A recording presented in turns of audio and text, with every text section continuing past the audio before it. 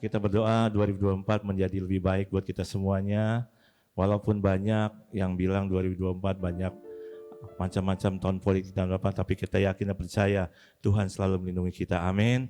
Dia memberkati kita dan dia pasti memegang kita dan tidak pernah meninggalkan anak-anak yang selalu berharap kepadanya. Amin. Kita akan siapkan hati kita untuk ibadah pada siang hari ini. Terima kasih Bapa untuk kasih setiamu, untuk penyertaanmu. Kalau sampai hari ini kami boleh ada, itu semua karena anugerah-Mu. Sebentar kami akan meninggalkan tahun 2023 Tuhan. Apa yang sudah terjadi di belakang Tuhan, biarlah kami tinggalkan dan kami siap menyambut-Mu Tuhan. Di tahun 2024 kami yakin dan percaya Engkau akan menuntun kami, memberkati kami Tuhan. Apapun yang kami lakukan, kami selalu berharap kepada-Mu Bapa. Kami bangga mempunyai Allah seperti Engkau Tuhan. Tidak ada Allah lain seperti Engkau Tuhan. Segala kemuliaan pujian hanya bagi-Mu Tuhan.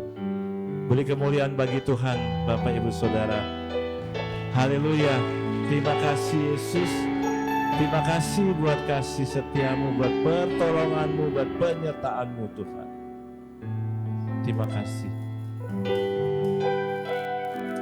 Amin. Terima kasih Tuhan. Amin.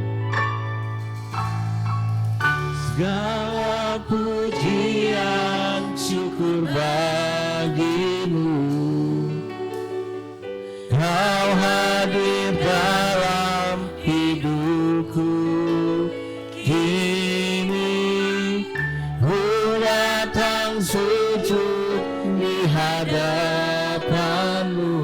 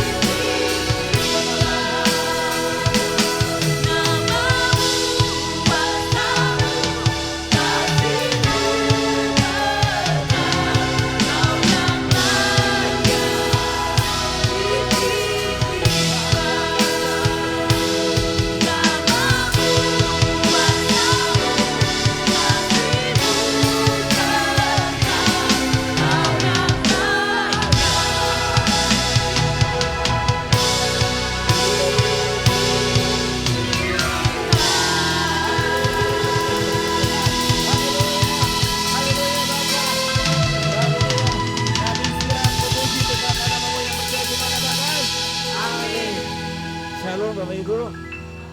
Tadi belum bersalaman, salam satu dengan lainnya, katakan Tuhan Yesus baik. Sukacita Tuhan hadir buat kita pada siang hari. Amin.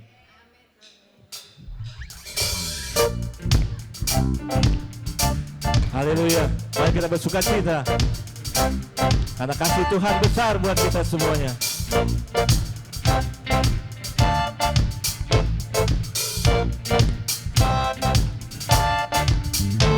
Kasih yang begitu besar, lebih kuat dari dosa.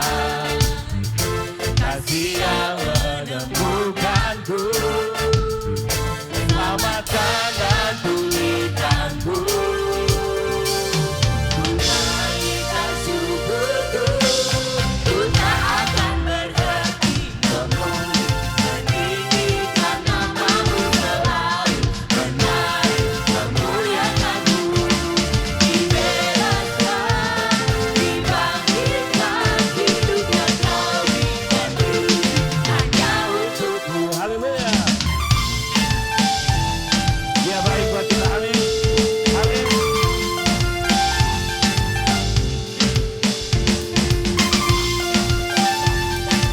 Mari katakan lagi sekali lagi, kasih-Mu yang begitu besar buat kita. Kasih yang begitu besar, lebih kuat dari dosa. Kasih yang menemukanku, selamatkan dan pulihkanku. Ku naikkan syukurku, ku tak akan berhenti memuji, meninggikan namamu selalu, menari memuliakanmu. Dibebaskan, dibangkitkan, hidup yang kau berikan hanya untukmu. Haleluya. Kita berdoa buat Tuhan. Haleluya.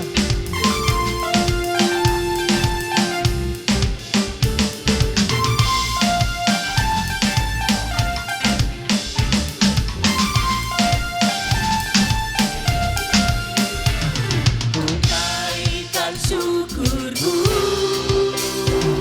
ku naikkan syukurku, ku tak akan berhenti memuji, meninggikan namamu selalu, menari memuliakanmu.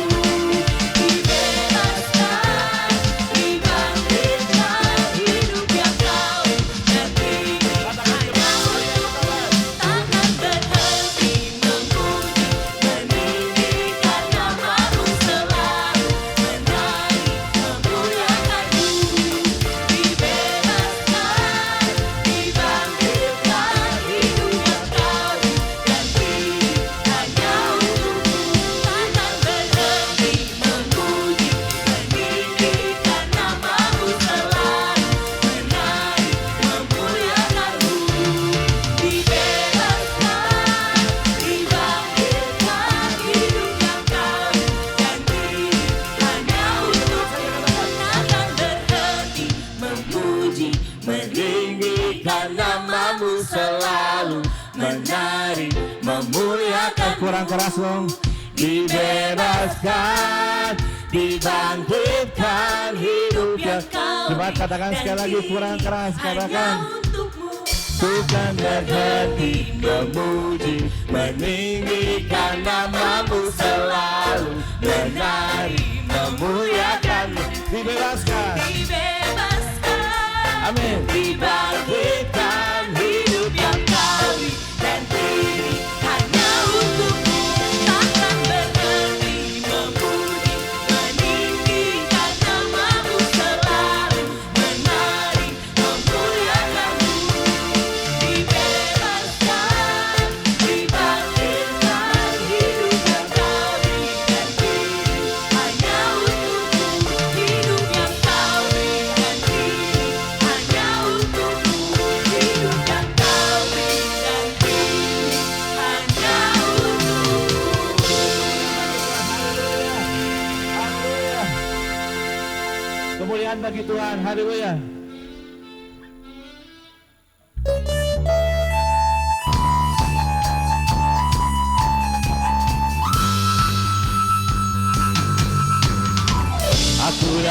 ya Tuhan, untuk penuhi panggilan. Menjadi saksi iman melalui pujian. Katakan aku. Bukan menyanyi, bukan menyanyi, hanya untukmu Allah yang ku kasih. Dan ku layani sepenuh hati. Segala kemuliaan, segala kemuliaan bagimu Tuhan. Engkau ku sangka dalam banyak kebenaran. Sampai ku tidak habis nafasku, Tuhan setia bagi hidupku selalu.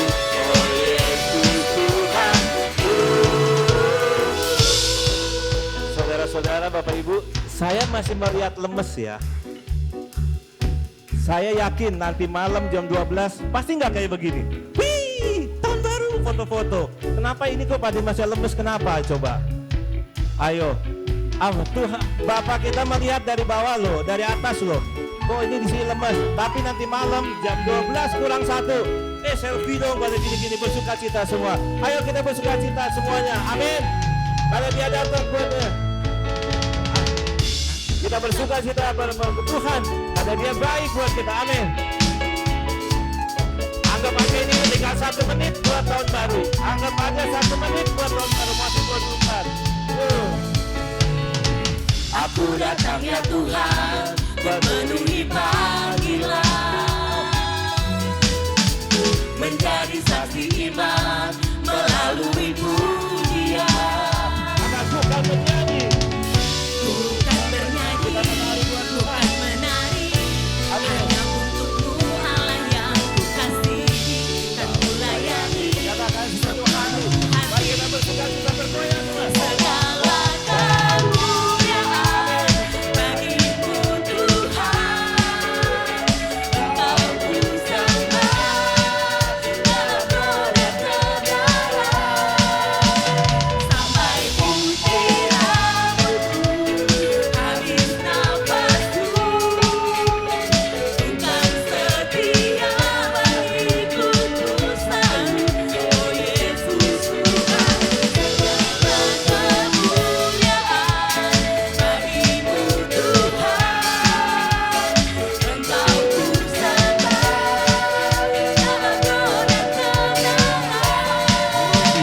Sampai putih rambutku, habis nafasku, Tuhan setia bagiku terus selalu. Oh Yesus Tuhan, Tuhan setia bagiku terus selalu. Oh Yesus Tuhan, Tuhan setia bagiku terus selalu. Oh Yesus Tuhan.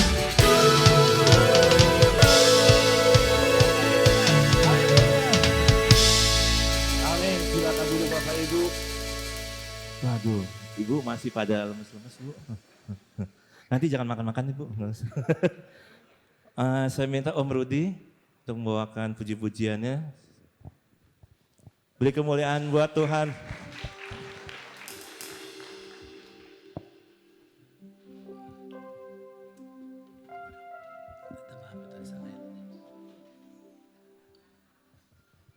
Shalom Bapak Ibu sekalian, saya mau belajar nyanyi dia. Berterima kasih sama Tuhan.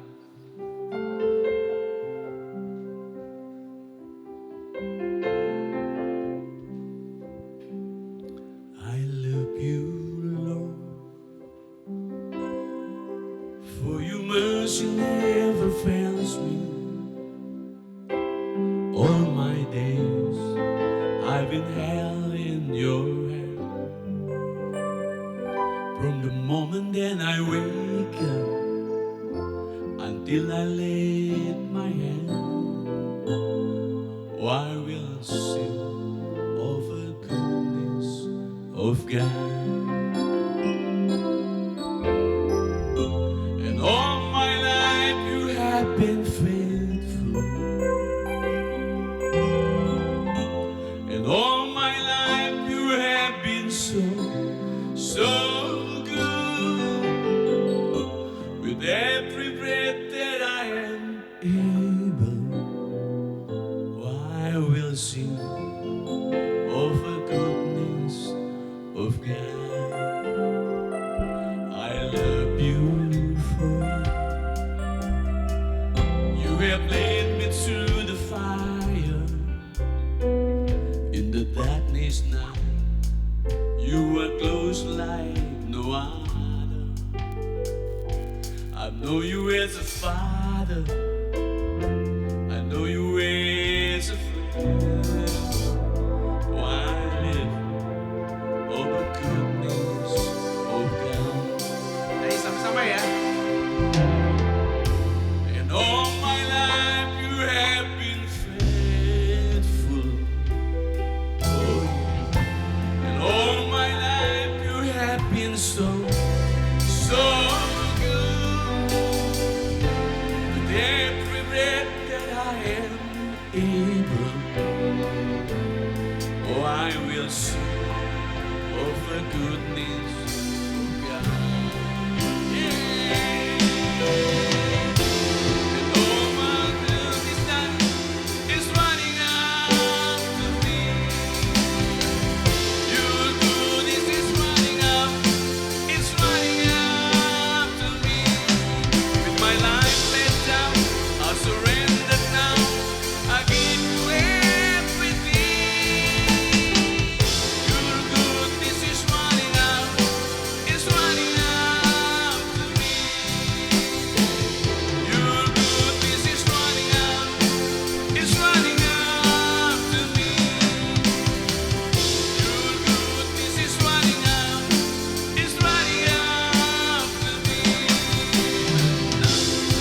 Surrender now, I give you everything. Your goodness is running out, it's running after me. And all my life you have been faithful. And all my life you have been so good.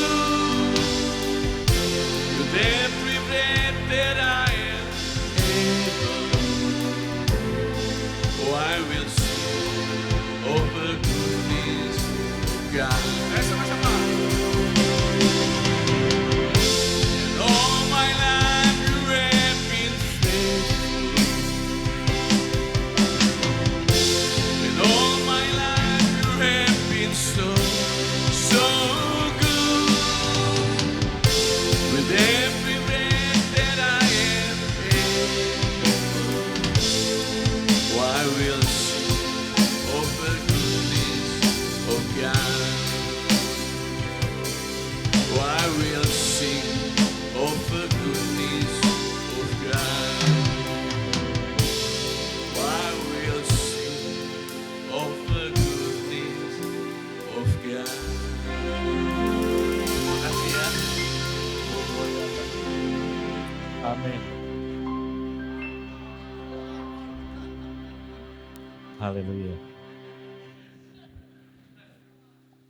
Tuhan. Memang kebaikan Tuhan luar biasa, dia tidak pernah berhenti dalam hidup kita ya saudara. 1 tahun Tuhan sudah nyatakan kebaikannya sampai hari ini.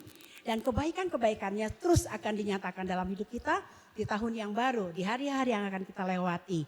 Jadi saya juga mau bersaksi dan juga mau memuji Tuhan ya sama tim Bom-Bomkar. Satu hal yang belum pernah saya saksikan yaitu kebaikan Tuhan yang luar biasa. Kalau kita hidup sampai hari ini tuh karena anugerah Tuhan. Tahun lalu waktu kita merayakan Natal di LGF, anak saya tuh nggak bisa ikut yang bungsu karena alergi. Gara-gara makan udang nggak seger gitu, alergi pada bentol.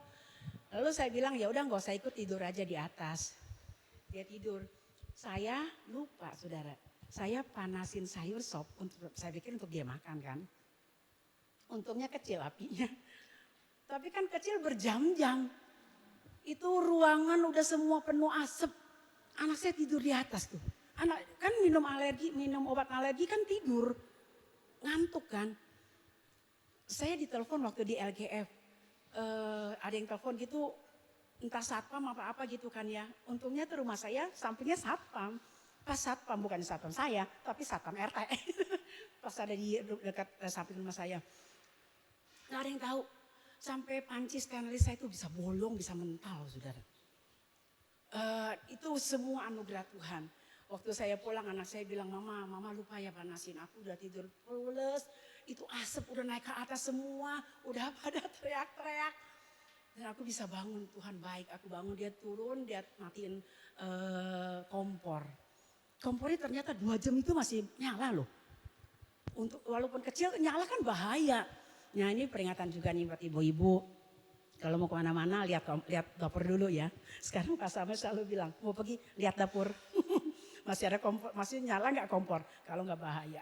Itulah kebaikan Tuhan yang Tuhan nyatakan dalam hidup kita. Ya saudara, saya percaya pertolongan Tuhan, kebaikan Tuhan selalu nyata dalam hidup saudara. Kita dengan Bung Karni mau naikkan pujian, hitung berkat Tuhan. Tiap hari harusnya kita ingat kebaikan-kebaikan Tuhan ya.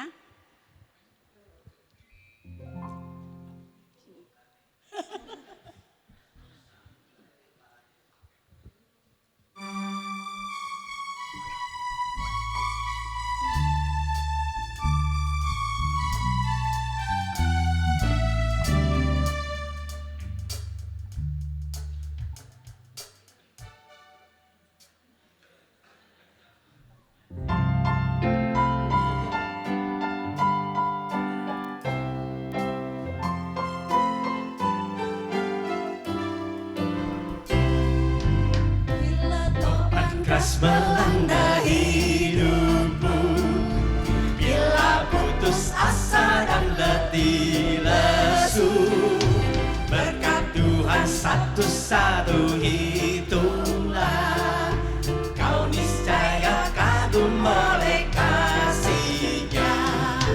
Berkat-berkat Tuhan mari hitunglah, kau kagum-kagum oleh kasih-Nya. Berkat Tuhan mari hitunglah, kau niscaya kagum oleh kasih-Nya.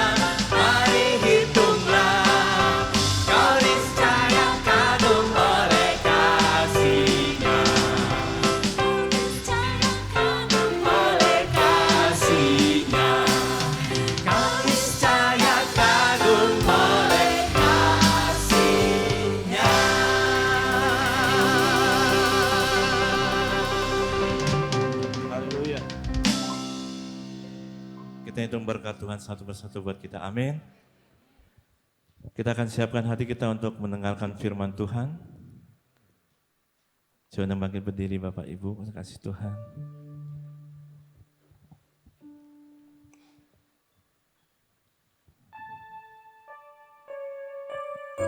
Biarlah tahun ini, kalau kita akan meninggalkan tahun ini dan musim ini Tuhan,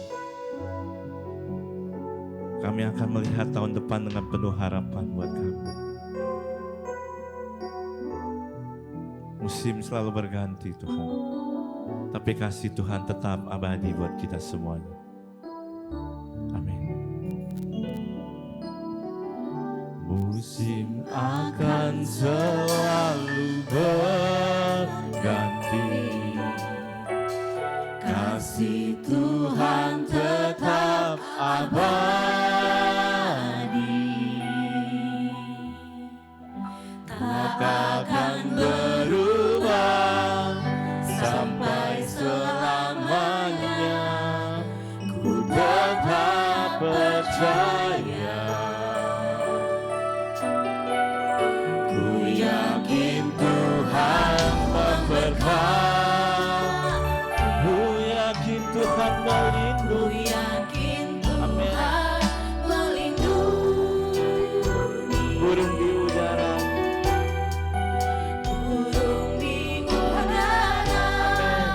Tuhan pelihara karena kasih. katakan sekali lagi dari awal. Musim akan selalu berganti, Kasih Tuhan tetap abadi Bapa. kasih Tuhan tetap abadi, Tak akan berubah. tak akan berubah sampai selamanya. Ku tetap percaya, ku yakin Tuhan memberkati, Ku yakin ku Tuhan yakin Tuhan melindungi. udara. Burung di udara, Tuhan pelihara karena kasih-Nya. Tuhan selalu menolongku,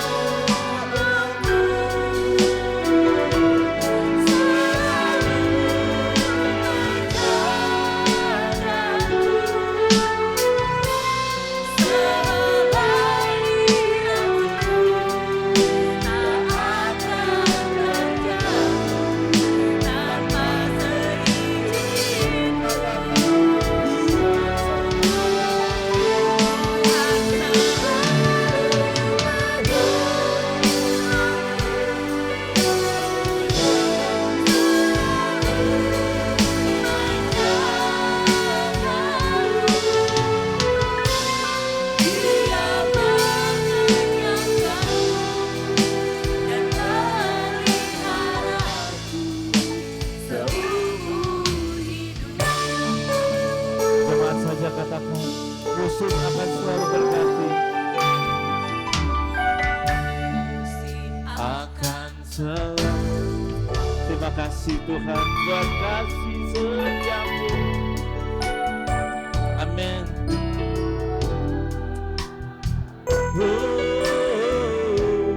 Terima kasih Bapa. Sampai selamanya Tuhan. Amin. Ku yakin Tuhan memberkati Tuhan.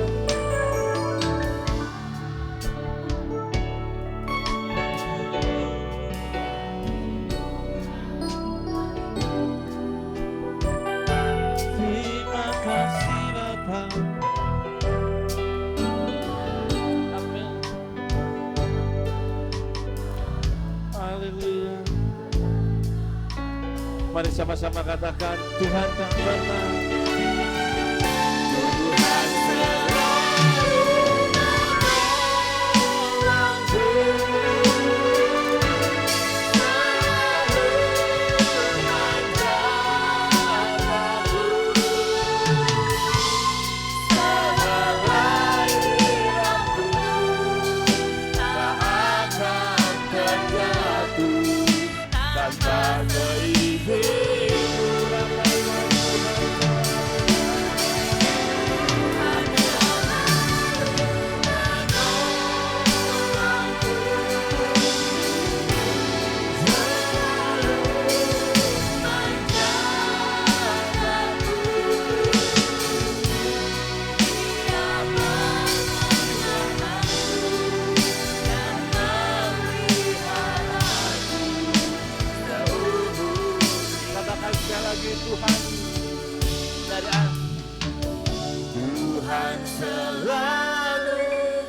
penolongku,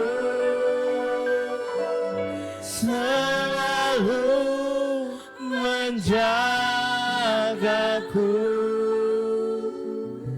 Sehelai ini rambutku tak akan terjatuh tanpa seizin mengatakan Tuhan selalu menolong.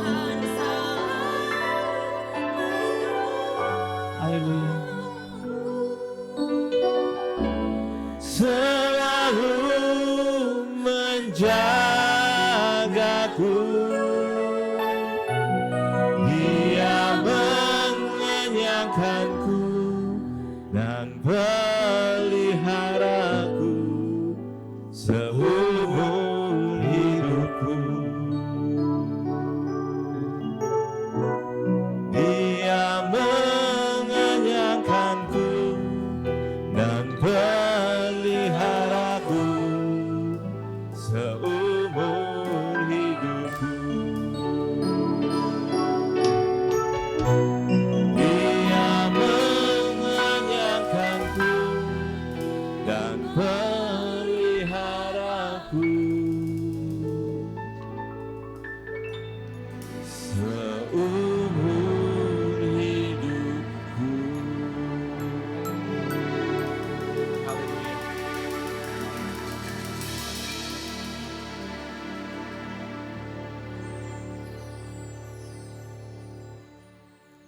Akhirnya kami ada di penghujung tahun. Sudah banyak liku-liku kehidupan kami lalui.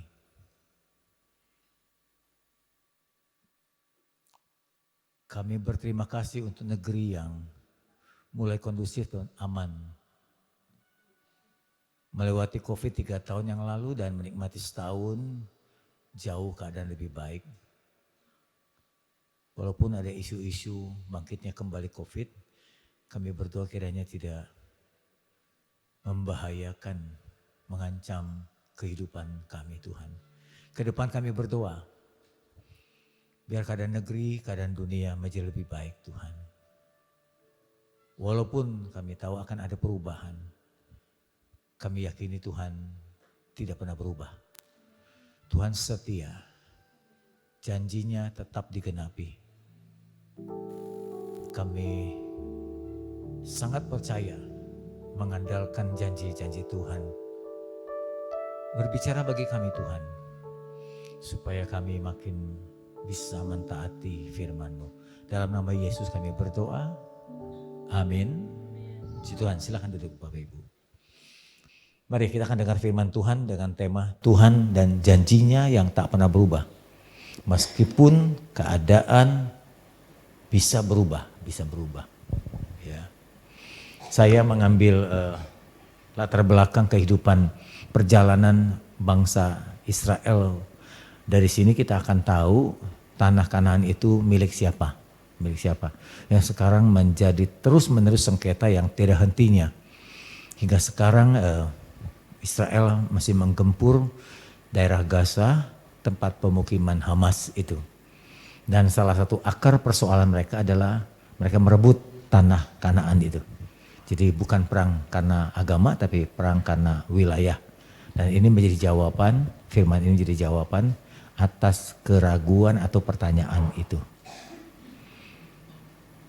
Kita semua tahu sejarah Israel dimulai dari Yusuf yang sempat menjadi penasehat di Mesir, Firaun.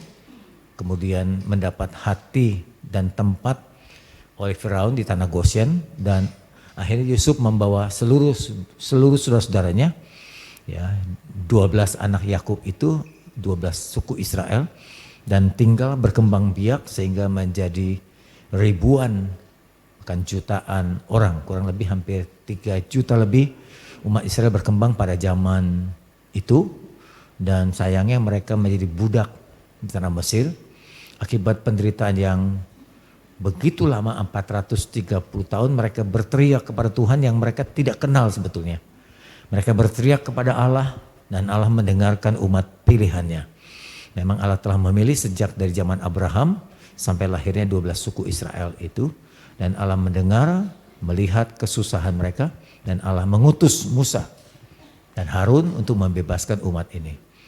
Dan ketika mereka diutus, mereka dibebaskan, mereka menghadap masa depan tanah Kanaan yang penuh dengan susu madu, atau tanah yang menjanjikan hidup lebih layak, lebih pantas dan diberkati. Begitulah perjalanan bangsa Israel juga menjadi ilustrasi perjalanan kita ke depan tahun 2024, dengan harapan ke depan jadi masa depan yang lebih baik daripada tahun-tahun sebelumnya.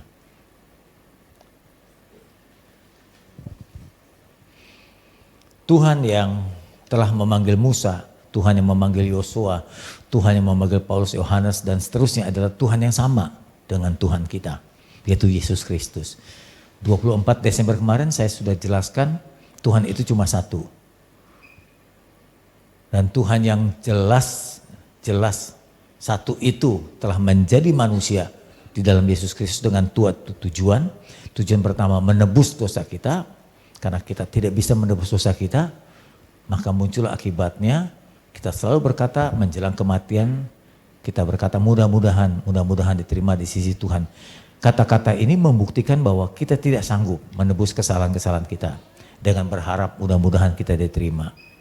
Tapi karena Tuhan tahu, Tuhan turun ke dunia menjadi manusia, karena yang ditebus adalah manusia, maka Tuhan menebus kita dengan kematiannya.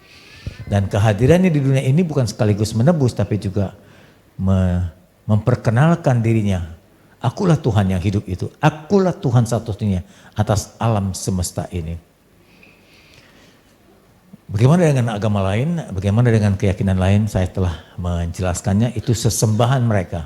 Tapi tidak pernah terbukti, tidak pernah terlihat, tidak pernah bisa dijelaskan Tuhan mereka. Mungkin mereka mengakui ya Tuhannya Esa, tapi tidak pernah dijelaskan dengan jelas. Nah, Tuhan yang satu itu adalah di dalam Yesus Kristus, Tuhan dari Musa, Tuhan dari Yosua, Tuhan Paulus dari Yohanes. Dan Tuhan itu masih tetap sama sampai sekarang dan tidak pernah berubah.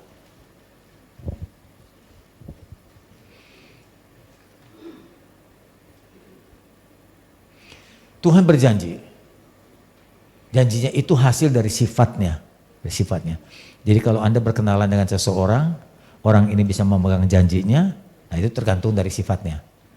Kalau orang itu telah berjanji lalu mengingkarinya, berarti memang sifatnya buruk. Orangnya pelin-pelan, tidak punya pendirian, tidak strict, tidak bisa dipercaya. Nah, Tuhan juga menyampaikan janjinya. Dia sampaikan janji itu kepada Musa, dia sampaikan janji itu kepada Yosua, sampai dia sampaikan janji itu juga kepada kita.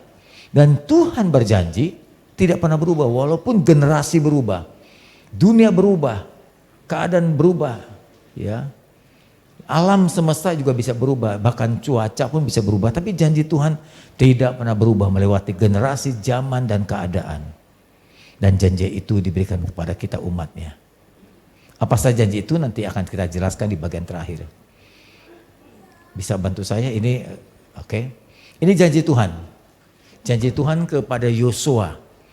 Janji Tuhan kepada Yosua, sekaligus Tuhan ingatkan bahwa janji ini pernah diucapkan kepada Musa.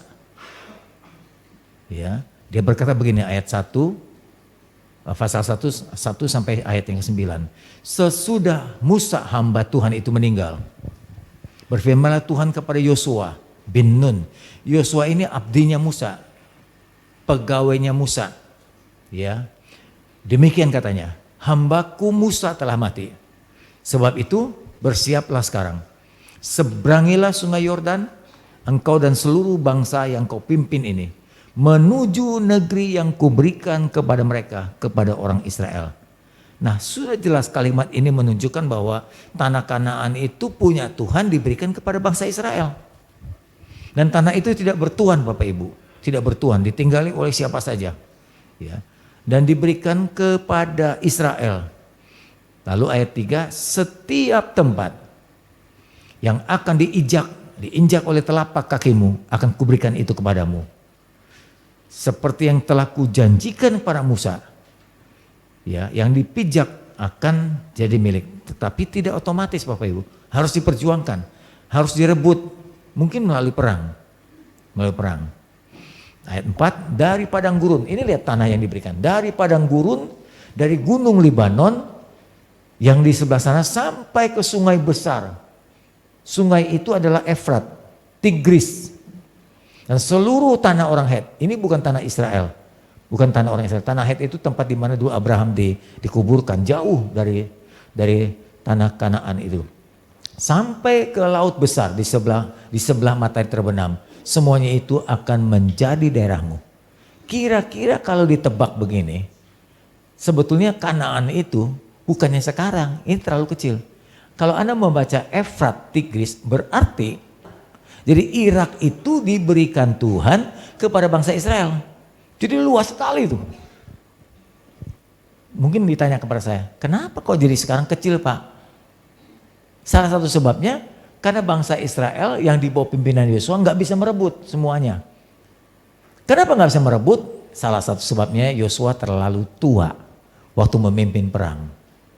Sekarang pertanyaan saya balik kepada saudara. Kenapa nggak bisa direbut sampai Yosua terlalu tua? Ayo yang bisa jawab, gratis parkir.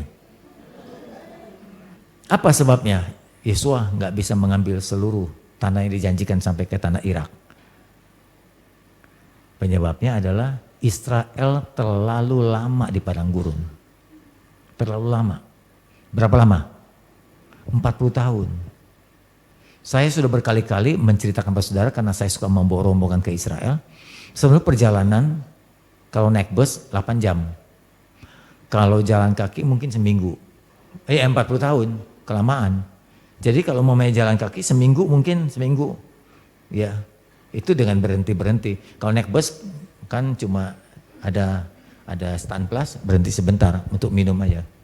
8 jam bablas sampai ke Bethlehem dari Mesir itu, dari Kairo.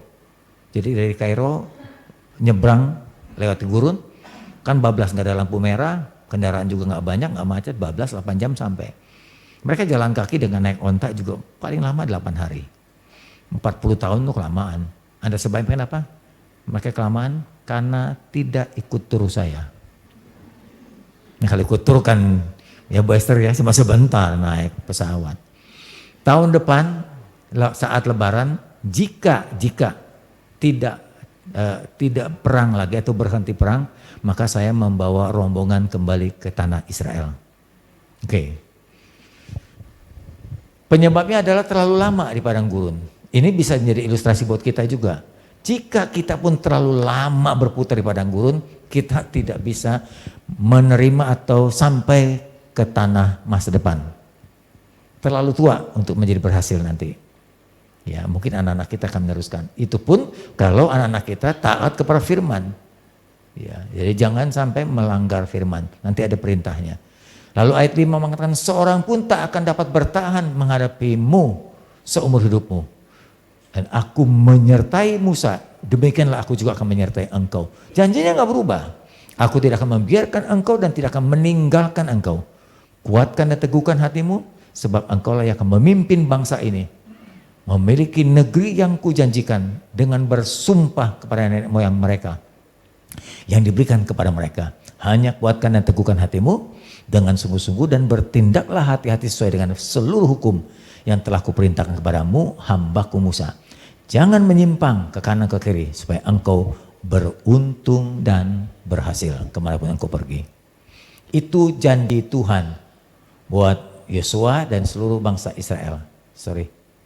Ya, oke. Bagian pertama ini saya ingin memperjelas sebelum Musa meninggal dunia, mereka berdua dengan Yosua pernah membahas tentang tanah di seberang sana. Kebetulan tempat beliau berdua berdiri ini pernah saya pijak, pernah saya injak. Saya kurang lebih menginjak hampir 9-10 kali di tempat yang sama. Memandang karena itu ada momentum, ada satu batu. Jadi titik nolnya di mana mereka berdiri. Di sini Musa dan Elia pernah berdiri memandang masa depan tanah Kanaan. Apa yang terlihat? Ya, pertama yang terlihat adalah gurun. Kedua lembah yang hijau. Ketiga gunung-gunungan bukit. Jadi yang di seberang sana tertutup oleh gunung-gunung itu. Ya, dan itu yang menjadi tempat yang dijanjikan Tuhan kepada Yosua dan Musa. Dan Musa sayangnya tidak bisa masuk ke tanah Kanaan karena satu kesalahan. Kesalahannya adalah apa yang diperintahkan Tuhan menyebut pada batu, tapi Musa dengan jengkel akibat ulah dari bangsa Israel, dia pukul batu itu.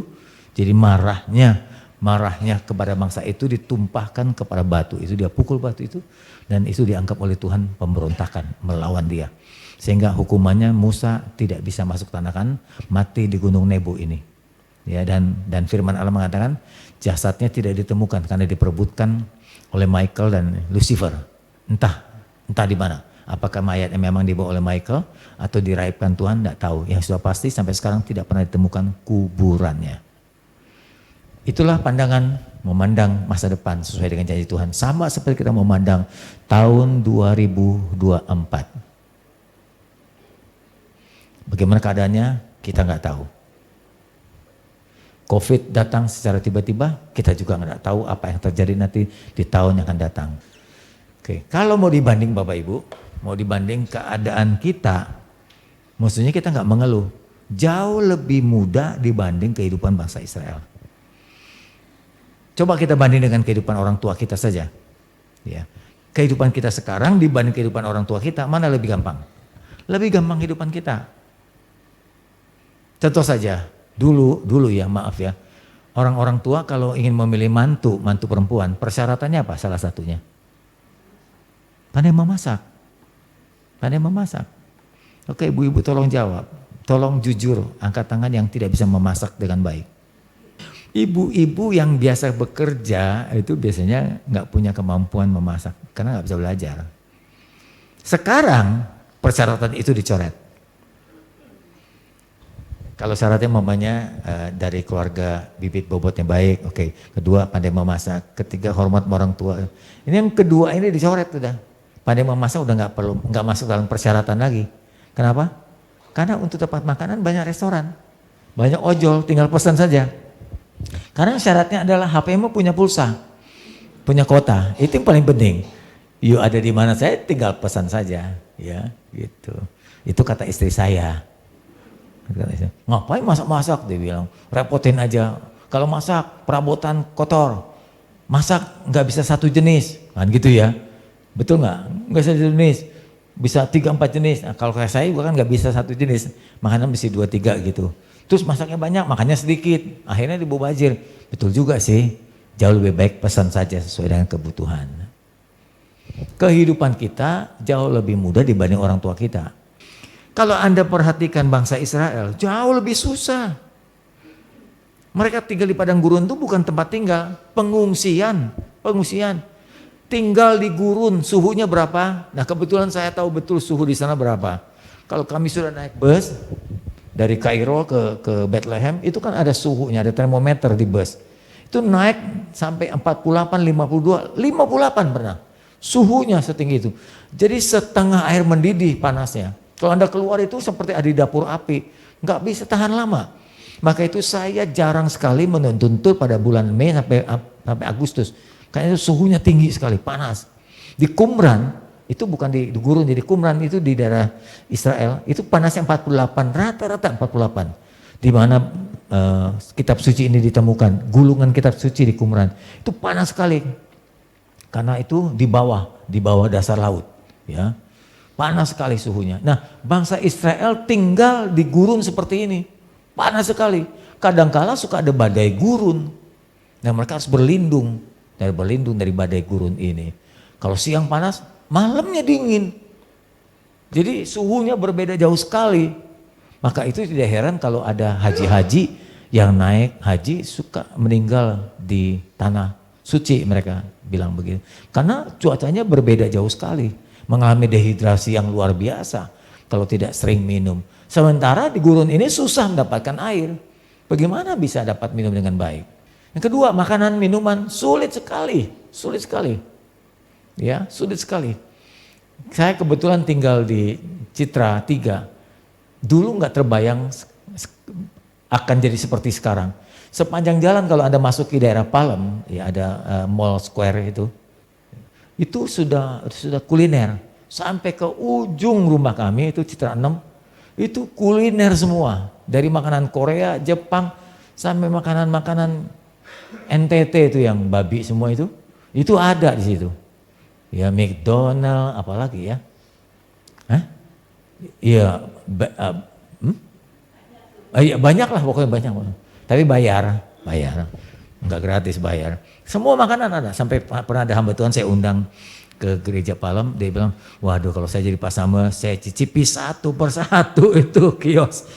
Iya, kafe-kafe itu dari ujung sampai ujung. Itu ada ratusan kafe di Palem. Kalau bangsa Israel ada di padang gurun, enggak ada yang begitu Bapak Ibu. Makanannya itu mana, terus kemudian mana lagi sampai nanya mana lagi gitu. Paling banter burung puyuh menjelang sore. Daging sama mana. Bosan 40 tahun loh, kalau 4 hari sih lumayan. 4 minggu masih ditahan-tahan, kalau 40 tahun dengan makanan yang sama. Bayangin sengsaranya, membosankan sekali. Jadi kalau menurut saya bangsa Israel bersungut dan mengeluh, menurut saya sih wajar ya. Sampai pernah satu kali berkata, enakan di Mesir, kami bisa makan mentimun. Jawaban mentimun saja mereka kangenkan tuh. Karena susahnya sayur mayur di sana. Bayangkan kehidupan begitu. Terus belum lagi penyakit sampar, kusta, ya. Kemudian dipagut ular beracun sampai mereka mati ribuan orang. Terpaksa mereka harus menengok ke itu ular tembaga, itu lambang dari Kristus. Nah, mereka disembuhkan ketika menengok ular tembaga itu. Itu akibat dari pemberontakan bangsa Israel, mereka alami itu. Begitu keadaannya di padang gurun Bapak Ibu. Belum lagi binatang-binatang yang membahayakan seperti kalajengking, ular beludak dan macam-macam. Saya pernah di SMA waktu itu tahun 78 gitu ya. Camping di Pulau Undrus. Pulau Undrus itu seberangi Pulau Bidadari. Gak ada penghuni. Kami bawa tenda, kami bawa air, beberapa dirigen. Ternyata hari ketiga air habis sama sekali. Wah, kita sengsara. Mau pulang gak ada perahu, mau pulang berenang gak bisa karena ombak besar. Menunggu kapal seharian lagi. Jadi seharian kami tidak mendapatkan minuman.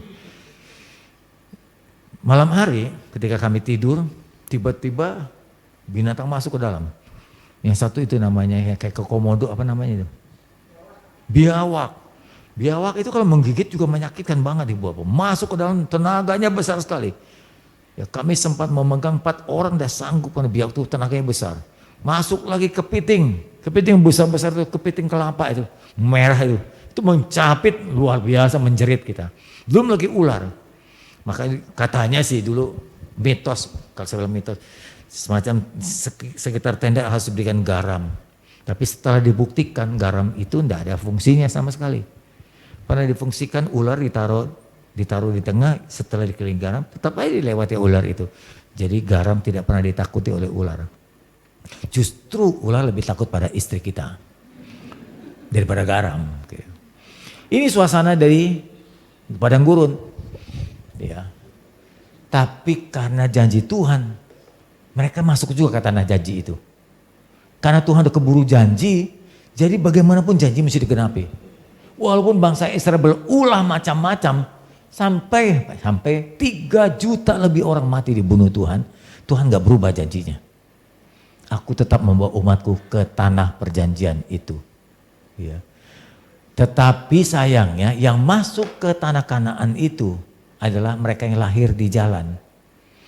Yang keluar dari Mesir rata-rata mati semua. Yang lahir di jalan itu yang menduduki di tempat yang baru. Sebab itu mereka generasi baru itu dikasih hukum namanya kitab ulangan. Anda pernah baca?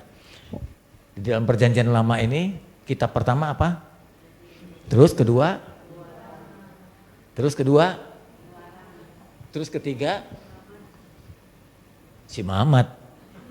imamat. Terus keempat bilangan. Abrahnya lupa, sudah setahun gak dibaca lupa. Baru 5 kitab. Jadi Kejadian, kemudian Keluaran, Imamat, Bilangan, Ulangan. Ulangan itu sebetulnya adalah mengulang cerita-cerita, mengulang hukum-hukum, mengulang kejadian-kejadian supaya generasi yang lahir di padang gurun itu kan sekarang sudah mau masuk ke tanah Kanaan, tahu tentang hukum Tuhan. Orang tua mereka yang punya pengalaman, nenek moyang mereka sudah keburu mati. Jadi supaya mereka tidak lupa dengan janji Tuhan, mereka diulang kembali hukum itu, diajarkan. Nah, kurang lebih gitu ya. Jadi yang melawan, yang memberontak, gugur di perjalanan di padang gurun. Tapi yang lahir, mereka memasuki tanah Kanaan. Dengan kata lain secara rohani, yang lahir baru secara Kristen akan memasuki masa depan baik. Yang terus hidup dalam dosa, melawan Tuhan akan gugur di perjalanan. Kurang lebih gitu. Saudara, perhatikan baik-baik. Kalau dari Mesir sampai ke tanah Kanaan, perbuatan Tuhan itu banyak banget. Air jadi darah, datangkan katak, dikutuk, lalat pikat, gelap gulita, sampai anak sulung dibunuh oleh Tuhan, termasuk anak sulung Firaun. Bangsa Israel telah melihat mujizat-mujizat Tuhan, lalu Teberau dibelah dua. Turun mana tiap pagi untuk menjadi makanan roti bangsa Israel. Tapi walaupun perbuatan-perbuatan besar Tuhan dan mujizat itu terjadi dan dialami oleh bangsanya, umat pilihannya, tidak jamin setia. Enggak setia mereka. Jadi kalau ditanya, oh supaya kita setia, Tuhan kirim berkat dong. Supaya kita setia, Tuhan sembuhkan saya dong. Kalau supaya setia, berkati usaha saya dong. Baru saya setia. Enggak jamin. Enggak jamin, manusia itu gampang berubah. Gampang berubah. Terbukti lihat ya. Dalam 1 Korintus 10 ayat 6, ayat 1-6. Aku mau supaya semua saudara-saudara tahu. Nenek moyang kita, atau nenek moyang itu bangsa Israel yang keluar dari Mesir. Semua sudah pernah berada di bawah perlindungan awan. Semua telah melintasi laut, laut yang dibelah dua itu. Ya, jadi pengikut Musa mereka sudah dibaptis dalam awan dan dalam laut. Mereka semua makan secara gratis. Bukan hanya janji paslon, tapi Tuhan berikan makanan gratis sama 40 tahun. Ya, mereka semua minum minuman rohani dari batu karang yaitu Yesus Kristus sendiri. Tapi sungguh pun mereka telah mengalami banyak perbuatan besar, mujizat-mujizat yang hebat. Tuhan tidak berkenan. Kalimatnya Allah tidak berkenan kepada bagian terbesar dari mereka. Dan mereka ditewaskan di padang gurun. Keluar kurang lebih 3,5 juta. Mungkin yang terbunuh hampir 2 juta lebih. Mencapai angka 3 jutaan yang terbunuh. Dan penggantinya adalah yang lahir di jalan. Ya, bayi-bayi baru dari Israel. Semuanya ini telah terjadi sebagai contoh bagi kita. Untuk mengingatkan kita supaya jangan kita menginginkan atau berbuat hal yang jahat. Seperti yang telah mereka perbuat. Jangan gagal seperti bangsa Israel. Jangan gagal seperti bangsa Israel. Oke Bapak Ibu.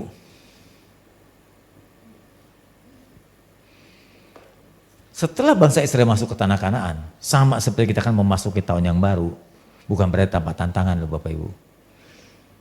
Jangan anggap kalau jadi Kristen akan mudah Tuhan tolong, enggak juga begitu.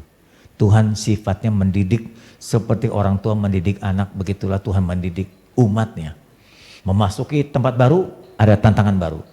Kalau di padang gurun tantangannya kelaparan, panas, dingin, ular beludak, binatang buas, ya kekurangan minum segala macam, tenda, cabut pasang. Tapi waktu masuk tanah Kanaan juga tantangan. Apa kira-kira tantangannya? Berhala, kawin campur, perzinahan, godaan dewa-dewa, banyak sekali. Ya, bisa menjebak umat Israel. Waktu zaman Elia ingat nggak? Bangsa Israel itu dibawa kepada penyembahan Asitoret sampai Elia harus menunjukkan Allah yang benar. Ya, Allah yang benar mana Allah yang tidak benar yang mana di Gunung Horeb. Itu telah dibawa terseret bangsa Israel kepada penyembahan-penyembahan yang keliru. Tantangannya banyak. Kita pun begitu Ibu Bapak. Hidup di tahun 2024 bukan berarti tanpa tantangan. Anda yang pengusaha juga tantangan ada. Anda yang sebagai bekerja juga tantangan ada, godaan ada. Kita para hamba Tuhan juga tantangan juga ada kok. Ada, selalu ada tantangan. Tiap kali tempat yang baru, tantangan baru. Sebab itu berhati-hati. Jadi Kristen bukan berarti hidup lebih mudah. Wih, jadi Kristen enak loh, Tuhan tolong terus. Enggak juga. Ya, enggak juga. Ya, ada waktunya Tuhan mendidik, ada waktunya Tuhan membiarkan untuk membentuk kita lebih matang. Ya. Bangsa Israel membutuhkan 40 tahun Berjalan dari Mesir ke padang gurun, dari padang gurun ke tanah Kanaan. Jadi itu butuh perjuangan. Menjadi Kristen juga sama, butuh perjuangan. Jangan berleha-leha. Berdoa saja nggak cukup, harus ada, kalau istilah umum, ola et labora. Selain berdoa ada perjuangan. Orang Kristen yang malas nggak pantas makan, Bapak Ibu. Alkitab pernah berkata, kalau tidak bekerja jangan makan. Belajarlah dengan semut. Ada waktunya semut mengumpulkan makanan. Itu biasanya di musim panas. Nanti semut tahu akan ada musim hujan, dia bisa rasa loh. Ya, apa istilahnya, bukan feeling, apa namanya ya? Apa kalau binatang tuh, Anda tahu nggak kalau terjadi gempa, tsunami? Insting. Nah, seringkali ikan-ikan lari ke darat. Karena ada gempa di tengah laut, ikan-ikan lari ke darat. Itu membahayakan bukan? Waktu di Aceh kan begitu, teman-teman berkata, ikan semua ke pantai. Banyak orang pergi ke pantai. Ternyata memang di tengah pantai sudah terjadi gelombang, apa namanya, getaran. Sehingga ikan berpindah ke pantai. Mereka bilang, waduh, ini rezeki, nggak taunya bencana setelah itu. Hanya beberapa puluh menit kemudian, air laut itu menggulung menjadi tsunami, menggulung penduduk. Wah, di pantai saya sempat ke Aceh, seluruh di pantai itu habis, bukan cuma tenda tentara, tapi rumah-rumah penduduk hitam semua, penuh dengan lumpur, rontok, rubuh, nggak ada yang hidup, digulung dengan air bah itu atau tsunami itu. Bapak Ibu, demikian juga ya, perlu perjuangan. Jadi maksud saya, menjadi Kristen itu bukan cuma berdoa saja, harus berjuang. Ya. Kita yang tua kalau bisa jangan pensiun. Entah dengan cara apa, terus berjuang. Karena ketika kita pensiun, seluruh anatomi kita itu karatan. Kalau Anda tahu motor, Anda tahu full kulkas, setelah dipasang lalu dicabut terus nggak dipakai lagi. Wah, karatan semua, karatan. Ya jangan diam, berjuang. Setiap manusia kalau sudah diam merasa diri nggak berguna, gampang sekali stroke. Buatlah sesuatu dalam hidup. Ya, dari muda kita berjuang untuk mau ke masa depan. Yang kedua, mungkin kita lupa dengan orang Majus ini. Kita kebetulan dalam suasana Natal. Kalau sudah bicara orang Majus, pasti ingatan kita apa? Persembahan. Yang dibawa emas, kemenyan dan mur. Anda lupa betapa hebatnya perjuangan orang Majus ini. Ayo kita gali. Jadi untuk bisa mencapai hasil, menemukan apa yang dimau, yang dimau oleh orang Majus adalah menemukan Yesus kan? Itu butuh perjuangan. Lihat, orang Majus ini pertama kaya. Kalau nggak kaya nggak mungkin bisa bawa emas. Kemenyan, emas, mur itu dulu zaman dulu itu sama-sama barang langka. Kalau sekarang mur, kemenyan banyak, tapi emas tetap barang langka. Tiga benda ini barang langka, pasti mereka adalah orang kaya. Kedua, mereka itu orang terhormat dan terpelajar, bisa membaca ilmu bintang dan nggak semua orang bisa.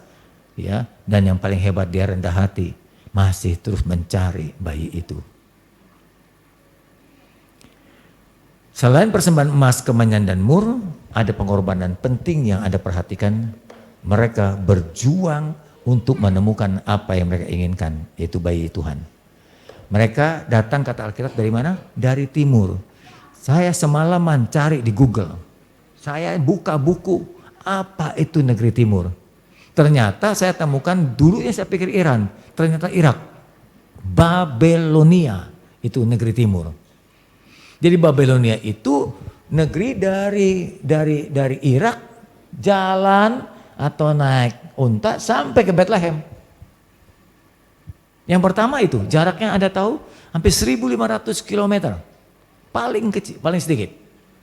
Kalau naik bus, naik pesawat terbang sebentaran. Tapi kalau jalan kaki, wah bengkak kaki ibu bapak. Terus cuaca juga kan juga nggak bersahabat. Belum mulai rampok di tengah jalan. Terus kemudian yang paling penting adalah mereka jalan nggak tahu titiknya. Supir ojol ada beberapa kali datang ke rumah. Pak, dia bilang, kok titiknya bukan di sini? Nah, saya nggak ngerti itu. Kok bisa titiknya di tempat lain? Bisa dipik. Mestinya ke rumah saya, tapi bisa kepik. Titiknya dipik. Saya udah kepik Pak, lari lagi kemari. Nah kalau udah dengar begitu saya nggak tega deh. Supir ojol tuh muter tuh. Ya, apa yang dialamatkannya nggak sesuai dengan titik yang ada. Nggak sesuai dengan titik yang ada, muter dia. Kasih lebihan uang, gitu. Jadi ongkos sudah bayar, kita berikan uang karena dia sudah muter-muter. Orang Majus ini sama, nggak punya titik, nggak punya alamat. Nggak tahu alamatnya di mana bayi Yesus dilahirkan. Yang dia tahu sekali-sekali bintang. Bintang itu sekali-sekali, nggak terus-terus nih Ibu Bapak. Karena bintang seringkali tutup awan. Waktu tutup awan dia berhenti, nggak lihat bintang itu. Karena bintang yang bercahaya waktu itu cuma satu. Terus tiba-tiba tertutup dengan gunung, tertutup dengan bukit. Dia melewati hutan, hilang. Dia nyasar, makanya nggak heran. Kalau Anda membaca orang Majus nyasar, itu bukan sekali. Tertulis di Alkitab sekali ke dalam kerajaan Herodes. Karena cuma dia berikan orang Peter berpikir begini, ini kan anak raja, pasti dia lahir di kerajaan. Ternyata salah juga. Kalau orang mencari alamat berkali-kali salah, pasti kapok. Pulang aja dah. Apalagi jaraknya jauh begitu. Anda bayangkan dia bukan orang miskin, dia orang kaya. Nggak ada yang suruh inisiatif sendiri. Kalau dia pulang ya dia nggak salah, tidak harus bertanggung jawab pada orang lain. Dia bukan pegawai, tapi dia nggak berhenti berjuang loh, mencari bayi itu sampai ketemu. Kan hebat itu perjuangannya. Dan Anda juga mestinya tidak boleh menyerah menghadapi hari depan. 2002 saya harus berjuang. Kalau tahun ini berjuang, tahun depan harus berjuang. Saya pasti bisa. Gitu. Rumusnya kita pasti bisa. Ya. Apalagi zamannya orang Majus itu kan nggak ada Google Map. Sekarang mah enak, tinggal pencet aja, kita dituntun. Toto di hutan kita. Oh berapa kali saya lihat beberapa mobil masuk ke hutan karena Google Map-nya nuntunnya nyasar. Atau masuk ke gang-gang kecil. Sebenarnya mengambil jalan cacing, jalan tikus, mobil kita gede. Nggak bisa jalan Bapak Ibu, berkali-kali saya ke Bogor, di Sukabumi, masuk jalan kecil, waduh elah.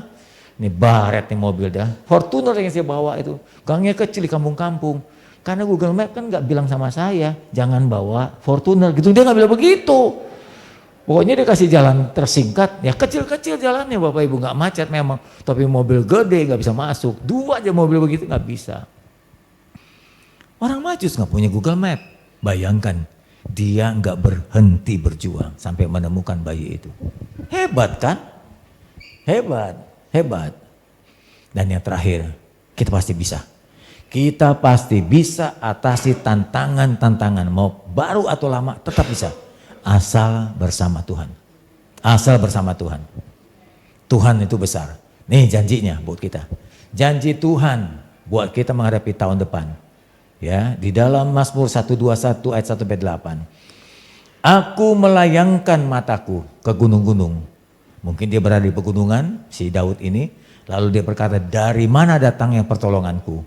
Dijawabnya, dia sendiri yang ngomong, pertolonganku ialah dari Tuhan yang menjadikan langit dan bumi. Ayat 3, ia tak akan membiarkan kakimu goyah, penjagamu akan tetap tidak akan terlelap. Sesungguhnya tidak akan terlelap dan tidak akan tertidur penjaga Israel, penjaga umatnya. Tuhanlah penjagamu, Tuhanlah naungan di sebelah tangan kananmu. Matahari tidak akan menyakitimu pada siang hari dan bulan pada waktu malam. Tuhan menjaga engkau terhadap segala kecelakaan. Ia menjaga nyawamu.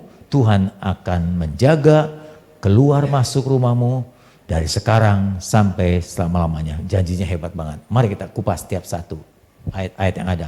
Pertama ayat 2. Tuhan adalah pertolongan kita yang menciptakan langit dan bumi. Artinya yang menjaga saudara adalah pencipta langit dan bumi. Bayangkan. Kalau langit dan bumi diciptakan lalu diatur. Saya sudah hidup 65 tahun di bumi ini. Saya nggak pernah lihat matahari tabrakan sama bulan. Matahari tabrakan dengan bumi. Bintang-bintang tabrakan, enggak pernah. Mungkin kalau ditanya Adam, aku lahir sejak dulu, sejak bumi diciptakan dari pertama. Hingga engkau, hei Samuel, aku tidak pernah lihat alam semesta tabrakan. Betapa hebatnya Tuhan mengatur alam semesta ini. Kalau Tuhan mampu menciptakan dan mengatur ya langit dan bumi ini dan mampu mengatur musim-musim.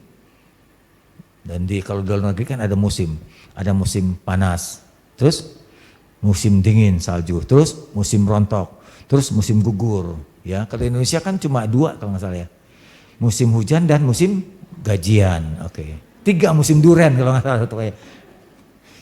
Nyasar ini semuanya. Kalau ada musim-musim muncul, pasti ada keindahannya. Tuhan ciptakan nggak ada yang buruk kok. Mungkin di satu sisi kelihatan nggak nyaman, tapi sisi lain ada keuntungannya. Contoh kena musim panas kemarin, ada perubahan panas, minta ampun panasnya. Setiap hari AC kita mesti nyalakan. Itu beberapa bulan lalu. Tiba-tiba hujan turun. Kita ngeluh lagi, kok hujan gede banget turun. Dulu kata Tuhan lu minta hujan turun di musim panas. Gue turunin hujan, lu bilang sekarang kok turun hujan gede-gede banget. Serba salah ya. Ya, Tuhan pasti tahu yang terbaik. Bersyukur saja dengan setiap musim yang ada. Ya, oke.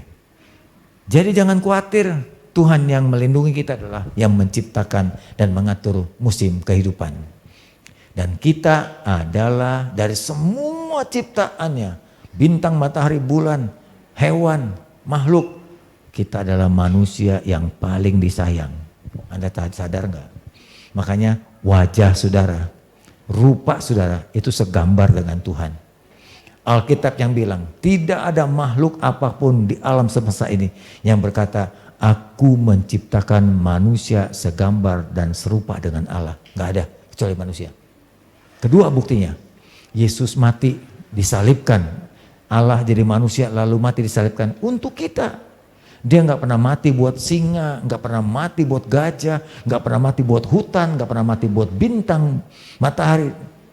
Tidak, dia mati untuk kita. Itu membuktikan kita adalah kesayangannya. Ayat berikutnya, 35. Dikatakan Tuhan menjaga kita dan tidak pernah tertidur. Hebat banget. Jadi lebih dari satpam. Tidak pernah tidur. Jadi Pak, jangan-jangan mata Tuhan sini hitam semua ya karena gak pernah tidur. Kalau bahasa Inggrisnya berkata Yesus mosoimuk gitu. Gak pernah tidur dia. Kalau gak pernah tidur terjaga terus, matanya melek terus. Kita gak geser aja dia tahu. Ya, kita gak geser tahu. Saya di rumah piara anjing 2. Justru dengan ada anjing itu kan lebih aman. Dia tuh kelihatan tidur tapi enggak loh, peka banget itu. Tiap kali ada gerakan di depan pintu, gerbang mulai dibuka orang, dia langsung gunggung. Ya, itu hebatnya anjing, nggak usah pakai bel, dia ngegunggung sendiri. Tuhan lebih hebat dari herder, Tuhan lebih hebat dari anjing kita. Dia menjaga kita dan tidak pernah tertidur. Kita akan jadi kuat, berdiri teguh, dia sigap menjaga kita karena dia nggak pernah tidur. Ya, kita pasti aman dalam pengawasannya. Ya, dan Tuhan dekat dengan kita. Dia bilang, kita katakan dia di sebelah kanan kita. Ayat berikutnya 6 dan 7. Firman-Nya berkata, janji Tuhan, dia tidak membiarkan kita disakiti. Lalu sampai ilustrasikan, tak seorang pun bisa menyakiti kita. Bahkan matahari siang hari, panasnya nggak menyakiti. Bulan malam hari tidak akan menyakiti kita. Saya ingat ada perkataan seorang non-Kristen di YouTube. Dia komen, dia rekam. Rambutnya gondrong, kelihatannya sih bukan orang sembarangan lah. Dia ngomong gini, saya itu paling takut dengan orang Kristen. Padahal saya nggak pernah takut manusia. Rambutnya panjang, badannya besar, bertato tentu. Dan aku paling takut dengan orang Kristen. Karena orang Kristen menyebut Allahnya Bapa. Tuh. Kalau orang Kristen disakiti, dia berdoa, dia lapor kepada bapaknya, bapak mana yang tidak membela anaknya? Dia bilang begitu, betul juga sih ya. Jadi bayangkan kalau orang Kristen dijolimi, disakiti, dia berdoa, kita gentar. Untungnya orang Kristen gak suka berdoa, gitu. Jadi kita gak takut. Suka berdoa gak ibu bapak? Makanya gak ditakuti orang lain, Anda gak suka berdoa sih. Dia cuma takut kalau orang Kristen berdoa ngadu sama bapaknya. Nah untungnya orang Kristen gak berdoa, jadi dia gak takut. Orang setan aja takut kalau orang Kristen berdoa. Betul? Doa orang benar besar kuasanya. Sayangnya orang benar gak suka berdoa. Nah itu jadi gak ada kuasanya. Ini pernyataan yang saya sering dengar. 3 kali saya dengar di sosial media. Oke, Anda masih ingat dengan bangsa Israel? Tadi saya bilang siang panas, Tuhan kasih tiang awan. Tiang awannya nggak kecil, Bapak, kayak gunung tiang awan itu. Kalau malam dingin dia kasih tiang api juga. Jadi nggak kedinginan. Orang-orang di barat ya, suka kita lihat ada api tungku kalau nggak salah ya. Itu untuk menghangatkan suasana rumah. Tapi Tuhan berikan tiang apinya di tengah-tengah padang gurun. Tuhan pelindung dan penjaga kita. Dapat menyesuaikan suhu dan suasana. Dia tidak akan biarkan kita disakiti. Makanya sering-sering berdoalah. Dan yang terakhir ayat 8, Allah menjaga kita keluar masuk. Ini di pintu, nempel gini. Jadi bangsa Israel pegang ini, cium. Bukan memberhalakan, tapi menghormati. Ini yang di kepala. Ini namanya tefilin. Diikat di sini. Jadi kalau orang Israel sembahyang di hari Sabat, dikatkan ini. Nah, kayak orang Israel kan, tentaranya Israel. Ini isinya dibuka, saya pernah bongkar. Isinya hukum Taurat. Ini sudah nggak isinya kayu doang. Ini imitasi ini. Isinya buka sini hukum Taurat gulungan, kertas hukum Taurat. Ini dibuka juga. Ini malah tulisan hukum Taurat. Kalau yang gede ada isinya gulungan hukum Taurat. Ini ditaruh di depan pintu supaya bangsa Israel keluar masuk pintunya. Sampai pintu gerbang yang besar juga itu ada mesusahnya. Ini namanya mesusah. Mereka selalu pegang untuk ingatkan sampai ke anak cucu. Ingat ya dengan hukum Taurat ya. Ingat ya dengan hukum Tuhan ya. Ingat ya dengan hukum Tuhan. Dengan begini kamu akan beruntung dan berhasil. Kelihatannya memberhala tapi enggak. Mereka selalu diingatkan dengan hukum Tuhan. Kalau kita sekarang ingatlah firman Tuhan ya. Ingat ya firman Tuhan. Jadi kalau kita pegang begini kan. Kalau orang-orang, Tante Sele tahu pasti kalau disumpah hakim atau apa, terus pegang ada Alkitab, kan gitu. Nah itu kurang lebih gambarannya. Sama seperti bangsa Israel memegang mesusah ini dan meletakkan tefilin di kepala mereka untuk ingat hukum Tuhan. Supaya aku menjagamu keluar masuk rumahmu. Aku menjagamu keluar masuk gerbangmu. Aku menjagamu keluar masuk kotamu. Dengan cara engkau mentaati hukum Taurat. Itu maksudnya. Nyambung kan? Begitu kurang lebih. Ya, aku bisa menjagamu karena engkau menghormati hukum Taurat.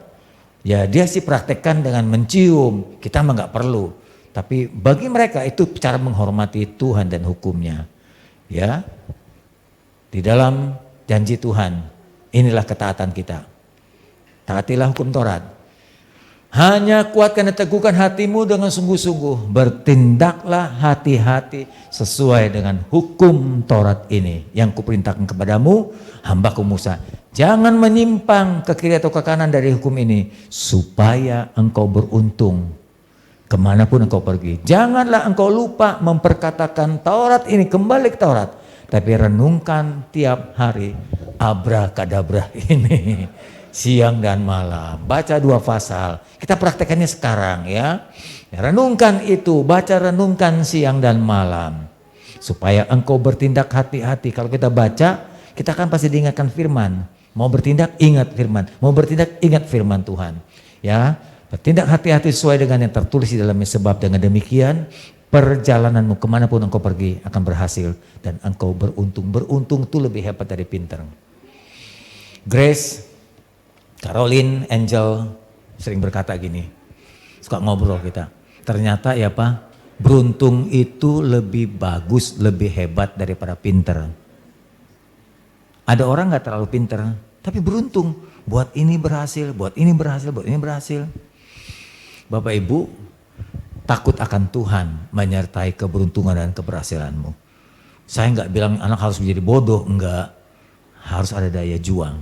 Nah Tuhan memberkati dengan keberuntungan dan keberhasilan kemanapun engkau pergi. Bukankah telah kuperintahkan kepadamu, kuatkan dan teguhkan hatimu. Jangan kecut, jangan takut menghadapi tahun depan. Jangan tawar hati, sebab Tuhan Allahmu menyertai engkau kemanapun engkau pergi. Mari kita tutup.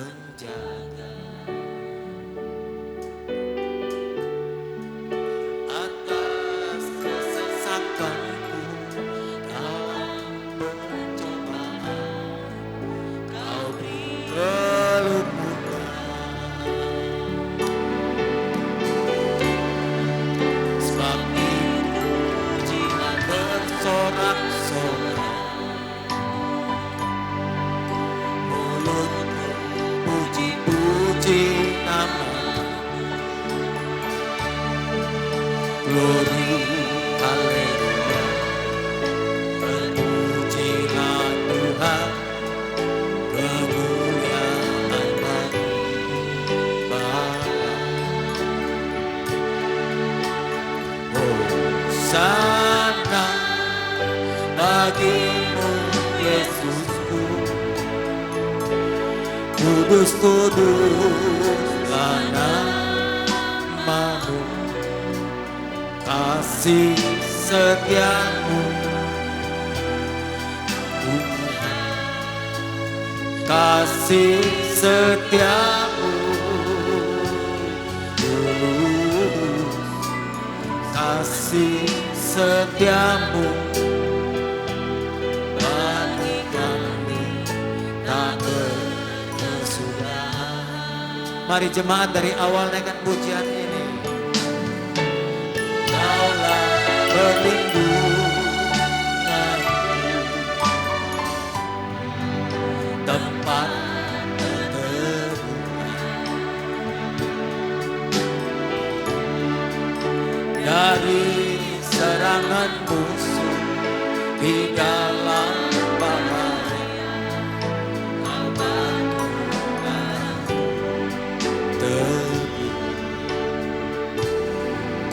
Engkaulah persembunyianku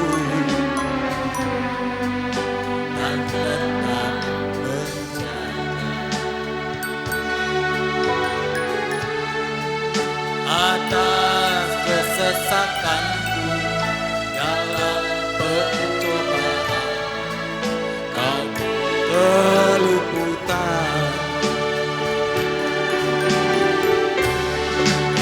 sebab itu jiwa bersorak-sorak,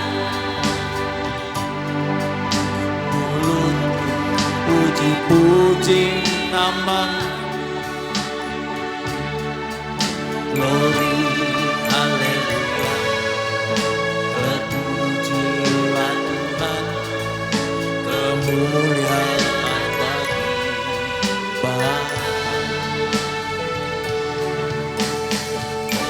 Hosana bagimu Yesusku,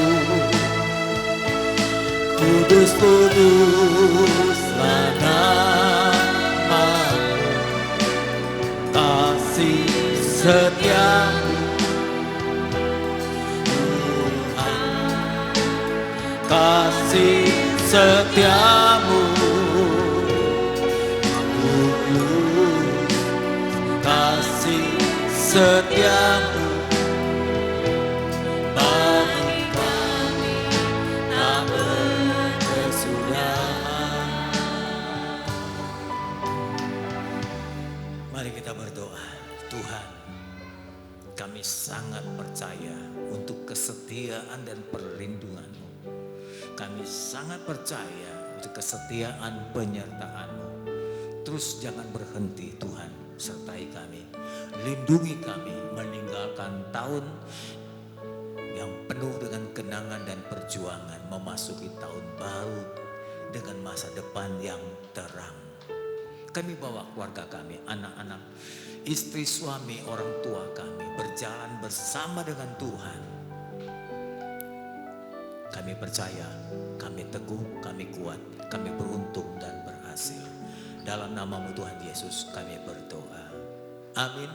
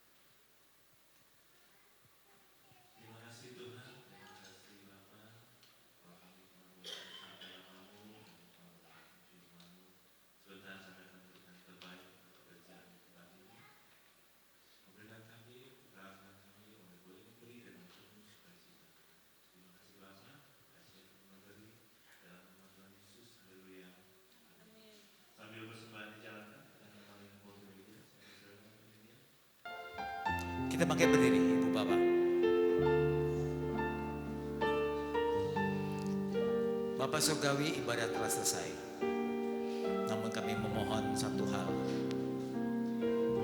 Berkati kami, urapi kami, sertai kami, supaya kemana kami pergi, keberuntungan dan keberhasilan menyertai kami. Berkati gerejamu ini dan percayakan menjadi agen misi dari amanat agung Tuhan. Kiranya kasih Bapa, cinta Yesus, kekuatan Roh Kudus menyertai kalian hari ini sampai selama-lamanya. Haleluya. Amin. Ada satu hal Bapak Ibu. Di atas ada perjamuan kasih. Istilahnya potluck ya. Dari beberapa jemaat menyumbangkan makanannya, Bapak Ibu boleh naik ke atas setelah ibadah selesai. Mari kita persilakan anak-anak dan orang tua untuk diurapi.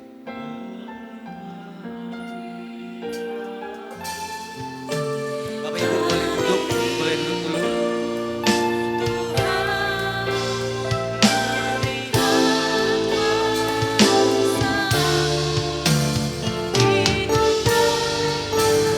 Mari anak-anak bawa kemari.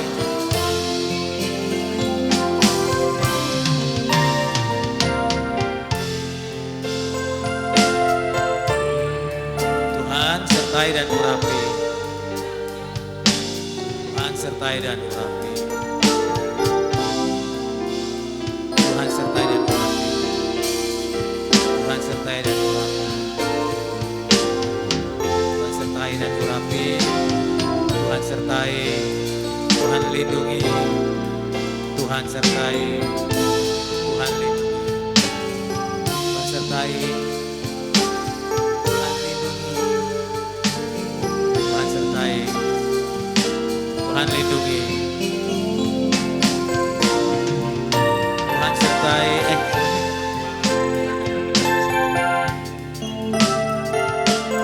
Tuhan sertai dan urapi. Tuhan sertai. Tuhan sertai. Urapi. Tuhan urapi. Sertai urapi.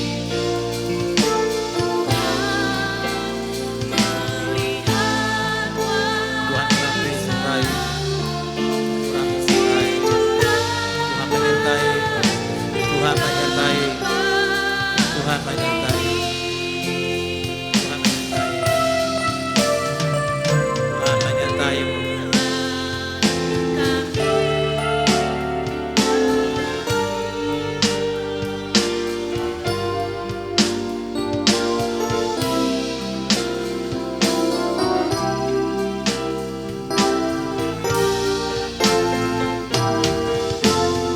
Tuhan sertai. Tuhan sertai. Tuhan sertai kami ya. Ya, Tuhan sertai. Tuhan sertai ya. Tuhan sertai Ham. Tuhan sertai. Tuhan sertai. Tuhan sertai. Tuhan sertai.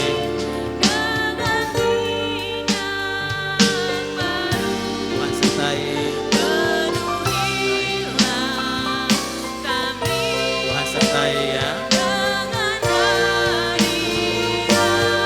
Mari. Tuhan sertai. Tuhan sertai. Tuhan sertai. Tuhan sertai. Tuhan sertai. Tuhan sertai kami di tahun yang baru. Tuhan sertai.